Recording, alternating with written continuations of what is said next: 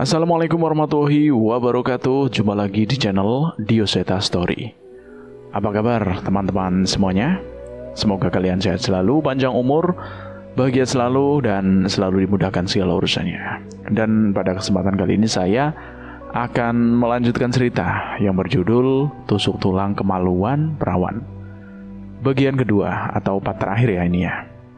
Nah, sebelum lanjut ke ceritanya, buat kalian yang baru bergabung di channel ini, silahkan klik tombol subscribe dan tombol loncengnya agar kalian tidak ketinggalan cerita terbaru dari kami. Oke, kita langsung saja menuju ke ceritanya.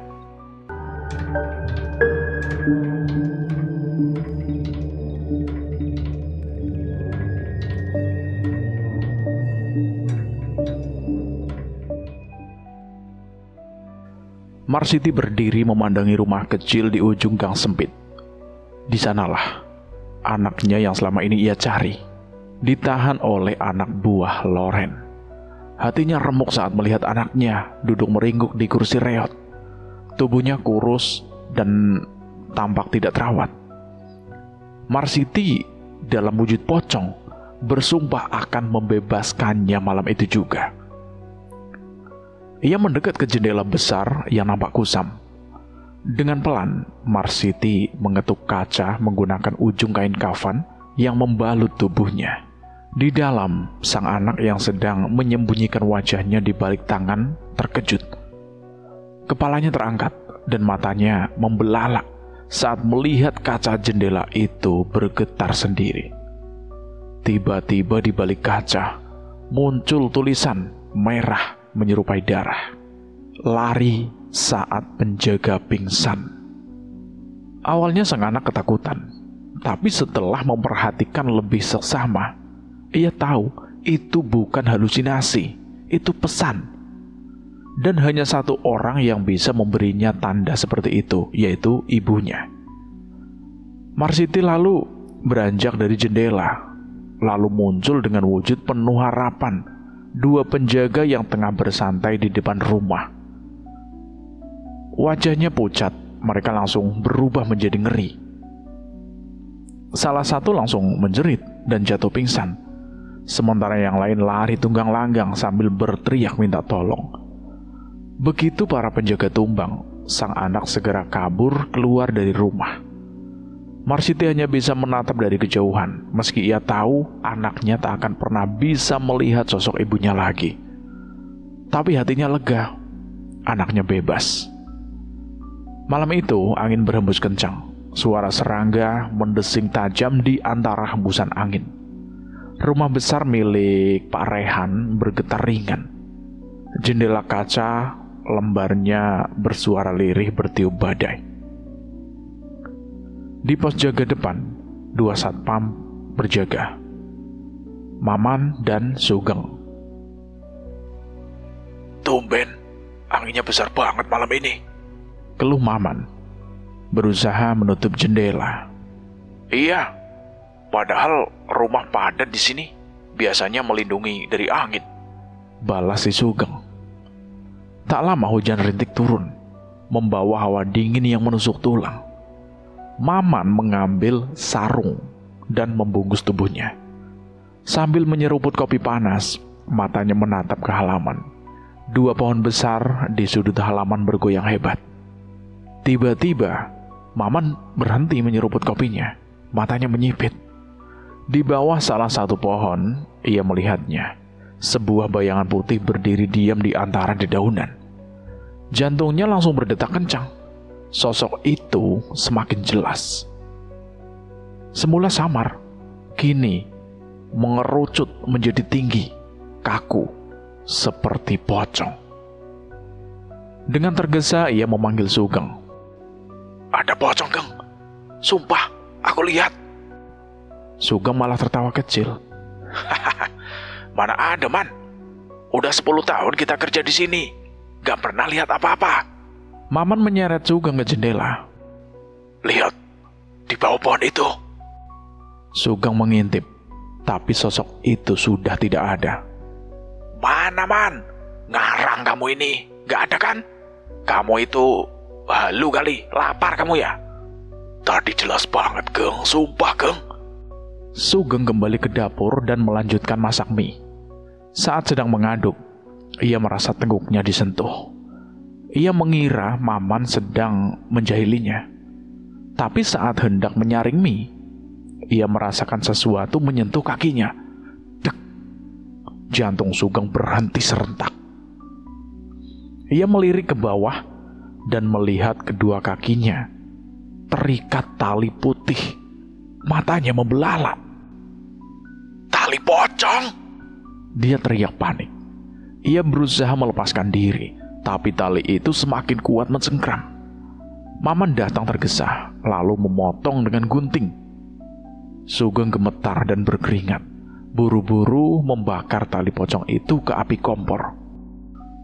"Dari mana munculnya itu, Geng?" "Aku nggak tahu, Man. Aku cuma nunggu air mendidih, lalu tiba-tiba..." Sugeng tak sanggup melanjutkan. Mereka akhirnya memutuskan untuk tetap di dapur sambil berjaga-jaga. Tapi saat Maman melirik ke pintu dapur, dia melihatnya. Sosok pocong itu berdiri diam, menatap lurus dari celah pintu. Maman berteriak dan lari ke ruang depan. Sugeng membeku sejenak, lalu menyusul, tak berani menoleh ke belakang. Mereka menghabiskan sisa malam itu membungkus tubuhnya dengan sarung, duduk membisu dalam ketakutan hingga matahari pagi menjelang. Begitu jam kerja selesai, mereka pamit tergesa dari rumah Pak Rehan. Tak berniat kembali dalam waktu dekat. Pak Rehan hanya mengangkat alis melihat gelagat mereka. Tapi, seperti biasa, ia memilih untuk tidak ambil pusing. Pagi yang biasanya sibuk di rumah Pak Rehan kini terasa berat. Usai mengurus Alisa, Pak Rehan menerima telepon dari salah satu klien pentingnya. Klien itu ingin segera meninjau lahan dan bangunan yang sudah dijanjikan kemarin. Pak Rehan selain seorang pejabat juga memiliki perusahaan di bidang properti dan arsitektur. Ia sering menjual lahan sekaligus membantu proses perizinan bermodal relasi dan jabatannya. Hampir semua kliennya puas hingga proyek yang satu ini. Klien bernama Burhan tiba di kantor, dan setelah pertemuan singkat, mereka langsung menuju lokasi pembangunan. Lahan itu luas, struktur bangunan sudah mulai dibangun, hanya tinggal atap lanjutan. "Aku suka tempat ini," ucap Burhan. "Boleh aku masuk untuk melihat-lihat lebih detail?" "Tentu saja, silakan," balas Pak Rehan ramah. Mereka melangkah masuk ke kerangka bangunan. Namun baru beberapa langkah, Burhan tiba-tiba berhenti. Wajahnya mendadak tegang. "Ada apa, Pak?" tanya Pak Rehan setelah menyadari Burhan tertinggal jauh. Aku tadi melihat sesuatu. Bayangan putih. Lari ke arah tiang sana." Burhan menunjuk. Nadanya goyah. Pak Rehan menyipitkan mata. Tidak ada apa-apa. Mungkin hanya pantulan cahaya atau debu. Tapi Burhan yakin dengan apa yang ia lihat. Bayangan putih itu sangat jelas, seolah berlari dalam diam lalu menghilang. Mereka lanjut berjalan. Baru beberapa meter, Burhan melihat asap hitam perlahan muncul di antara tiang bangunan. Asap itu menggumpal, menggelap, lalu membentuk sesuatu. Sosok pocong. Sosok itu berdiri di depannya, wajahnya hancur, separuhnya dipenuhi darah dan luka menganga. Burhan langsung menjerit, lalu lari terbirit-birit keluar gedung sambil berteriak, "Angker! Angker! Tempat ini angker!" Pak Rehan langsung mengejarnya. Pak Burhan, tunggu dulu. Apa yang terjadi?" Namun Burhan tak menjawab. Ia langsung masuk ke mobil dan tancap gas, meninggalkan lokasi. Sepanjang perjalanan pulang, Pak Rehan mencoba telepon dan membujuknya. Tapi Burhan sudah memutuskan ia batal membeli tanah dan bangunan itu. Di kantor, Pak Rehan mengamuk. Ia melempar berkas-berkas di mejanya, membanting pulpen, dan memaki tanpa arah. Setan apa ini? Kenapa hantu sialan itu muncul juga di tempat kerja? Ia duduk memegangi kepalanya. Seharusnya hari ini ia menutup kesepakatan besar. Sekarang klien pergi dan proyek stagnan. Tapi Pak Rehan tidak mau kalah. Ia menelpon bagian pemasaran dan meminta iklan baru segera ditayangkan. Lokasi itu harus dijual cepat. Dan memang karena reputasinya, klien baru tidak sulit dicari. Keesokan harinya, seorang pengusaha datang dengan antusiasme tinggi. Namun saat menginjakan kaki di lokasi, wajah klien itu langsung berubah. Ia menatap kosong ke arah tiang, lalu mundur dengan pelan. Apa Anda lihat sesuatu? Tanya Pak Rehan dengan nafas yang tertahan. Sama seperti yang dialami Pak Burhan. Aku lihat pocong. Ucap klien itu pelan sebelum buru-buru meninggalkan tempat itu. Bukan hanya satu, dalam seminggu 3 klien menolak tempat itu. Semuanya dengan alasan yang sama. Mereka melihat pocong dengan wajah rusak. Pak Rehan duduk membisu di ruangannya. Keringat dingin membasahi pelipisnya. Dahi berdenyut, jantung tidak tenang. Ia kini sadar, teror itu bukan hanya untuk anaknya. Pocong itu mengincar seluruh hidupnya, perlahan tapi pasti. Ketika pulang, Pak Rehan mendapati kondisi Alisa justru memburuk. Demamnya semakin tinggi. Setiap 1 jam sekali, dia menunjuk ke jendela dan dia bilang ada pocong. Kata Bunga dengan wajah pucat dan suara bergetar. Pak Rehan memijat pelipisnya, lalu menatap istrinya. Aku rasa ini bukan sakit biasa, Mah. Gimana kalau kita bawa ke orang pintar saja? Bunga mengangguk. Mereka segera bersiap menuju rumah Mbah Ijon, seorang dukun tua yang tinggal di kaki bukit Gunung Merapi. Nama yang didengar Pak Rehan dari seorang kolega yang pernah minta bantuannya untuk naik jabatan. Perjalanan memakan waktu 3 jam. Sepanjang jalan, Alisa terus meracau, mengigau. Tubuhnya menggigil hebat dan matanya menatap kaca mobil dengan ngeri. Pak, tolong lebih cepat, Pak. Pinta Bunga dengan panik. Tapi jalanan diliputi kabut pekat. Bulan pun nampak tenggelam di balik kabut itu, seakan enggan ikut menyaksikan perjalanan mereka. Pak Rehan mengumpat. Pandangannya terbatas. Suara rintihan Alisa dari belakang membuatnya semakin gelisah. Mobil melaju di jalanan yang lenggang. Namun anehnya, Pak Rehan merasa seperti dikelilingi kendaraan lain. Lampu-lampu kendaraan berkelebat di sekeliling mereka. Atau itukah ilusi? Tiba-tiba, dia menginjak rem dengan keras. Bunga terpental, kepalanya membentur jok depan. Ada apa, Pak? Teriak Bunga menahan nyeri di kening. Pak Rehan menoleh dengan nafas yang memburu. Ada bayangan hitam tadi, Mah. Aku kira ada mobil di depan. Ia lalu keluar dari mobil. Namun yang ditemui hanyalah keheningan. Tidak ada mobil, tidak ada lampu, tidak ada apa-apa. Jalanan kosong seperti kuburan. Ia kembali masuk. Wajahnya murung. Sepi. Gak ada siapa-siapa di luar. Bunga penasaran. Ia membuka kaca mobil. Dan tubuhnya langsung membeku. Jalanan itu kosong, sepi, gelap. Seperti dunia telah menghilang. Menyisakan mereka bertiga saja.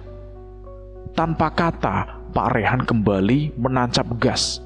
Mereka harus segera sampai sebelum ada yang lebih buruk terjadi. Rumah Mbah Ijon akhirnya terlihat. Sebuah bangunan tua berdinding kayu, banyak yang sudah lapuk dan bolong. Halamannya luas, dipenuhi pohon mangga, nangka, bidara, dan walang. Parehan turun, mengetuk pintu dengan gugup. Tak lama, seorang perempuan tua membukakan pintu. Matanya keruh, kulitnya penuh keriput, dan bibirnya merah oleh kunyahan sirih. "Kamu siapa?" Tanyanya dengan datar. "Saya Rehan, Mbok. Temannya Pak Ardi," jawab Rehan sambil menyodorkan tangan. Mbak Ijon mengangguk. "Masuk." Pak Rehan kembali ke mobil dan membantu istrinya masuk sambil menggendong Alisa. Di dalam rumah hanya ada tikar lusuh, bau apek menusuk hidung. Bunga sesekali menahan nafas agar tidak muntah. "Ada perlu apa?" Tanya Mbak Ijun tanpa basa-basi. "Anak saya, Mbok. Dia terus melihat pocong sejak kemarin. Sekarang badannya panas terus." Mbak Ijon memejamkan mata. Udara tiba-tiba menjadi berat. Ia mulai ritualnya.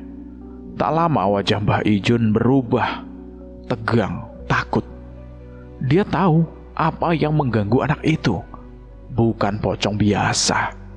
Itu adalah utusan Nyi Ronggeng, ratu dari dunia gaib yang kekuatannya jauh di atas dirinya. "Apa maumu dari anak ini?" Tanya Mbak Ijon dengan suara berat.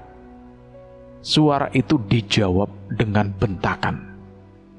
"Bukan urusanmu. Jangan ikut campur." Mbak Ijon menarik nafas panjang. Berunding tidak berhasil. Ia tidak mau mati sia-sia. Ia mengambil segenggam bubuk sirih dari kantong kainnya.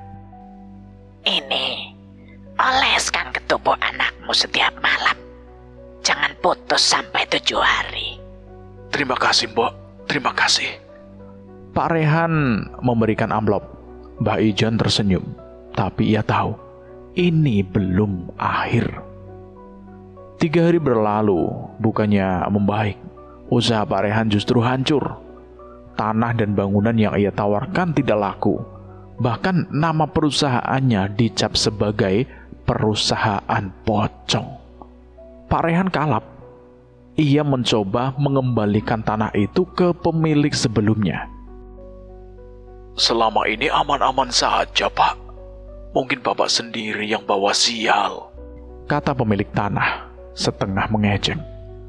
Karena transaksi sudah berjalan, uang yang dikembalikan pun hanya separuh. 2 hari kemudian Pak Rehan mendapat pesan, tanah yang ia kembalikan sudah terjual. Pak Rehan mengamuk, meja kerjanya porak-poranda. "Sialan, baru kemarin aku jual, sekarang malah sudah laku." Pulang ke rumah, ia menemukan kondisi Alisa memburuk. Dengan wajah hancur, ia mengajak Bunga kembali ke rumah Mbah Ijon. Tapi di tengah perjalanan, mereka mengalami kecelakaan. Tidak ada yang selamat. Marsiti akhirnya berhasil membalaskan dendamnya. Pak Rehan telah mati. Terpuruk, gagal menyelamatkan anaknya, dan diliputi kesialan yang bertubi-tubi. Namun, dendam Marsiti belum selesai. Masih ada satu nama yang sebelum ia jamak, Loren. Peringatan yang menjadi dalang kematiannya, kini giliran dia. Malam itu, bulan purnama menggantung gagah di langit, memancarkan cahaya perak yang menembus wajah tipis. Angin malam berhembus pelan, membawa aroma lembab dan tanah basah. Daun-daun bergeseran, berbisik seolah menyampaikan sesuatu yang tak kasat mata. Suara serangga berdentang seperti lonceng kematian. Di ujung gang sempit yang remang-remang, berdirilah sebuah hotel bintang 3 yang lusuh, tua, dan menyimpan rahasia kelam. Pria-pria hidung belang mulai berdatangan, bagai kawanan serigala yang kelaparan. Mereka menyeringai, saling menyapa dengan nada mesum dan mata yang liar. Di depan hotel, Loren duduk menyilangkan kaki, menghisap rokok dengan santai. Tatapannya liar namun licik. Ada yang baru nggak? Tanya seorang pria bermata sipit sambil menyeringai. Sudah kau embat semua kok. Apa yang kemarin sudah kendor? Loren terkekeh pendek. Masih enak sih. Tapi kalau nggak ada, yang kemarin aja aman kan? Selalu aman buat kamu. Uang berpindah tangan tanpa basa-basi. Pria itu melangkah masuk seperti sudah hafal setiap sudutnya. Resepsionis hanya tersenyum tipis, membiarkan tamu itu naik sendiri ke kamar nomor 72. Di dalam kamar, perempuan muda telah siap, berdandan menor, mengenakan legging tipis. Musik dan televisi menyala samar, menciptakan suasana yang murahan tapi menggoda. Namun, tepat saat pria itu mulai membuka kancing bajunya, matanya menangkap sesuatu di cermin. Bayangan putih berdiri diam, membatu, namun menatap tepat ke arahnya. Pocong. Tubuh pria itu membeku, nafasnya tercekat. Ia mendekat ke cermin, merabah permukaannya. Kosong. Perempuan di ranjang menatap bingung. Ada apa kok? Kau nggak lihat tadi? Lihat apa? Pocong. Di cermin, tadi dia berdiri di belakangmu. Perempuan itu menelan ludah, tapi kamar nampak biasa. Merasa malu sendiri, pria itu mencoba kembali bergairah. Namun kali ini tangannya gemetar dan matanya terus melirik ke cermin. Begitu ia menjatuhkan tubuh perempuan itu ke ranjang, pocong itu kembali muncul. Tapi kali ini tidak di cermin, melainkan terlentang di samping perempuan itu. Teriakan mengguncang di kamar. Pria itu lari keluar tanpa sehelai benang pun. Darah mengalir dari mulutnya yang terbentur. Tapi ia tidak peduli. Ada pocong. Hotelmu angker, Loren. Loren dan anak buahnya tergopoh keluar. Keributan itu menarik perhatian semua yang ada. Uang dikembalikan. Loren menggerutu, tapi tidak bisa membantah aturan hotel. Tak puas, uang kembali. Namun malam itu tak hanya satu. Semua pelanggan pulang dengan cerita yang sama. Pocong, ketakutan, nafsu yang lenyap, diganti teror. 3 malam berurut-urut, hotel itu sunyi dari tawa, tapi riuh oleh jeritan. Loren marah. Dia mengumpulkan semua pekerjanya di ruang belakang. Ruangan itu pengap dan lampunya meredup seperti ikut takut. Apa yang sebenarnya terjadi? Kenapa pelanggan lari?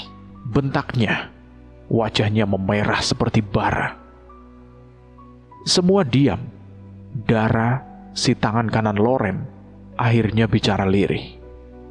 Katanya mereka melihat pocong, Mam. Loren membeku. Ia tahu Dara tidak akan berbohong. Masih diliputi amarah dan rasa tak percaya. Ia memutuskan mengunjungi Mbah Kuat, dukun yang dulu pernah jadi pelanggannya. Mbah Kuat kini renta, menyambut mereka dengan batuk tua dan senyum nyinyir. Aku sudah cukup tua untuk main begituan lagi. Sialan, aku butuh bantuanmu, bukan tubuhmu. Loren menceritakan segalanya. Mbah Kuat mengangguk pelan, lalu memulai ritual sederhana. Wajahnya tiba-tiba menegang, tangan yang menggenggam dupa gemetar. Memang ada pocong di hotelmu, tapi bukan pocong biasa. Dia dilindungi oleh Nyi Ronggeng. Nama itu membuat Dara tercekat. Nyai Ronggeng. Hanya 2 orang yang pernah bersentuhan dengan entitas itu. Dia sendiri dan Marsiti. Kau harus tinggalkan tempat itu. Kekuatanku tidak sebanding. Tapi Loren tidak bisa terima. Tempat itu adalah ladang uangnya. Sementara itu, Dara mulai merasa waspada. Nalurinya berkata, Marsiti telah kembali. Demi menyelamatkan bisnisnya, Loren menyuruh semua pekerja kerja luar. Strategi berhasil, uang kembali mengalir. Tapi keanehan belum berakhir. Carlina, gadis muda paling laris dan cantik, pulang jam 3 pagi. Begitu masuk kamar kosnya, lemari besar mulai bergoyang sendiri. Carlina menyipitkan mata. Apa itu? Tidak ada jawaban. Hanya suara ketukan kaca di jendela. Pelan, lalu keras, lalu brutal. Carlina panik. Ia berlari ke pintu, namun terkunci. Lampu padam. Kegelapan menelan segalanya. Di sudut kamar mandi, berdirilah pocong. Carlina berteriak histeris. Ia mencoba sembunyi di balik lemari. Tapi lemari itu berguncang hebat, lalu roboh menimpanya. Darah mengucur dari kepalanya. Carlina mati dalam ketakutan. Pagi harinya, Dara dan anak-anak lain mendobrak kamar Carlina. Jeritan memenuhi lorong ketika mereka melihat tubuh Carlina terbujur kaku, tertindih oleh lemari. Matanya terbuka lebar, mulutnya seperti ingin mengatakan sesuatu, tapi tidak sempat. Setiap malam satu persatu anak buah Loren mati, hanya Dara yang tersisa. Malam terakhir, kamar kos Dara mendadak panas seperti neraka. Kipas angin tidak menolong, jendela dibuka, tapi tetap saja pengap. Lampu hidup mati, lemari mulai bergerak. Aku tahu, ini kamu Marsiti. Jangan ganggu aku. Dara menangis, menjerit. Darah merembes dari dinding membentuk tulisan. Benar, aku Marsiti. Semua yang bekerja untuk Loren harus mati. Dara memohon, menyebut-nyebut masa lalu, bagaimana ia yang mengenalkan Marsiti pada kekuatan itu. Tulisan di dinding itu berubah. Karena itu, kau yang kubunuh terakhir setelah Loren mati. Brak! Pintu mengunci dengan sendirinya. Hawa panas menghilang. Dara tersengal, menangis dalam ketakutan yang menyiksa. Tapi ia tahu satu hal, ia masih punya waktu. Marsiti mendapatkan kekuatan dari susuk yang tertanam di kepalanya. Dara harus mencari makam Marsiti. Dia harus mencabut susuk itu sebelum ajal datang menjemputnya. Sementara itu, di rumahnya, Loren duduk sendirian, gelap, senyap, sinyal hilang. Semua pintu terkunci, lantai dingin, tapi tubuhnya panas. Di cermin, sosok pocong itu muncul. Loren berteriak dan mundur, lalu terpleset. Kepalanya menghantam sudut wastafel. Suaranya keras, cerak, menggema. Darah menggenang, membanjir. Loren tidak bergerak. Arwah Marsiti tertawa dalam keheningan. Satu dendam telah lunas, tinggal satu lagi.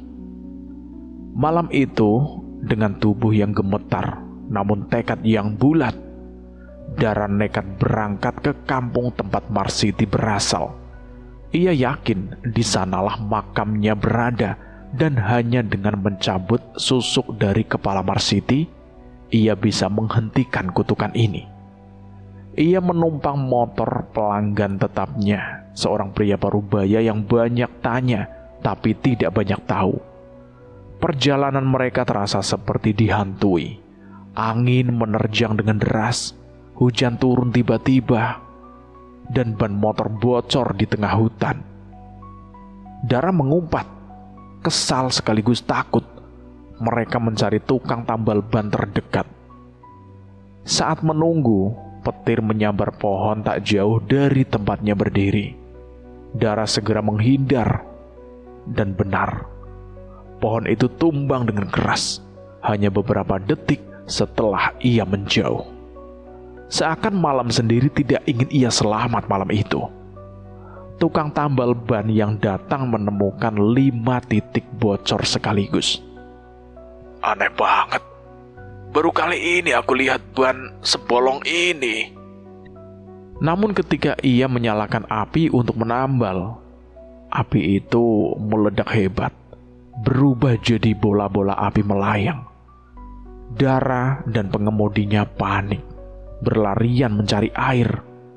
Mereka terpaksa mengambil air dari selokan busuk yang entah dari mana munculnya.